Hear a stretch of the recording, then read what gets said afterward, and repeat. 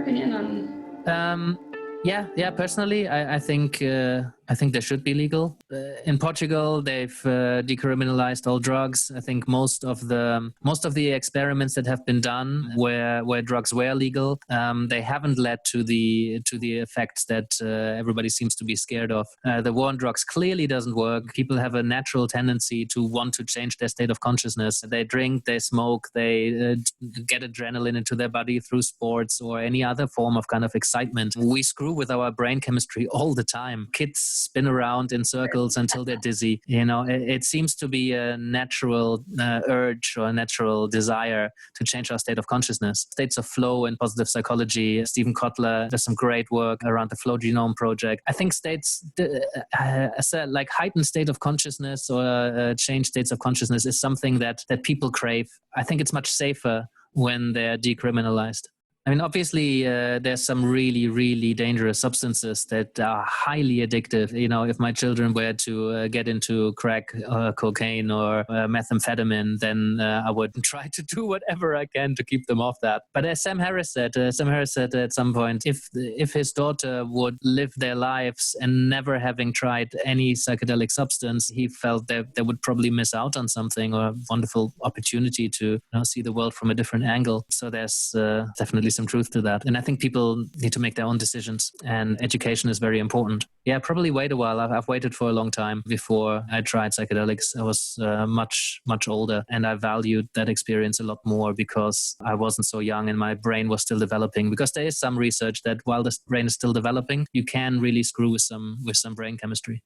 It's interesting you say that. I didn't try anything besides cannabis until my 30s as well, or to my 30s.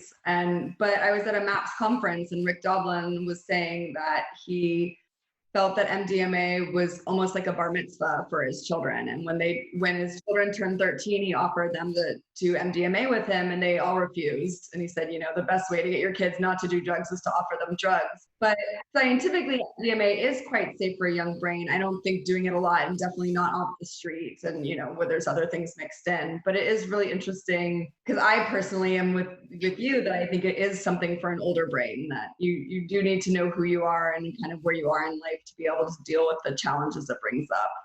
There was a client who approached me who's experienced ego death on an acid trip when he was 14. And I'm like, wow, that will have quite an effect on you. And it sounded like a very positive effect, but it certainly changes people. So young. It's just interesting. And then, for Rick Doblin to say, I offered this to my children at 13. I was way older when I drank beer.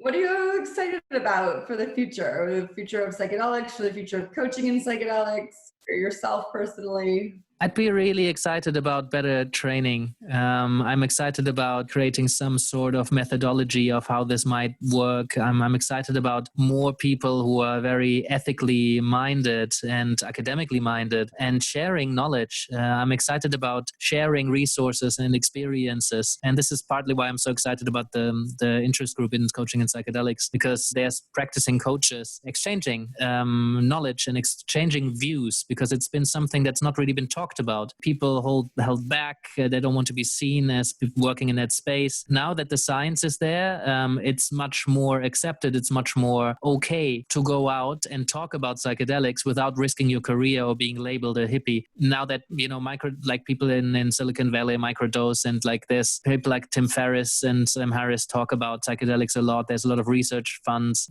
whole leadership groups do ayahuasca somewhere on their vision quest. It's exciting that people talk about it, because I believe that we can learn stuff when we talk about things. I mean, this is the profession I'm in. And the more we exchange our views and the more we talk and argue and debate and exchange resources, exchange concerns and criticize each other, then open a space where we can come together and respectfully, disagree. The whole field grows, and it grows exponentially fast.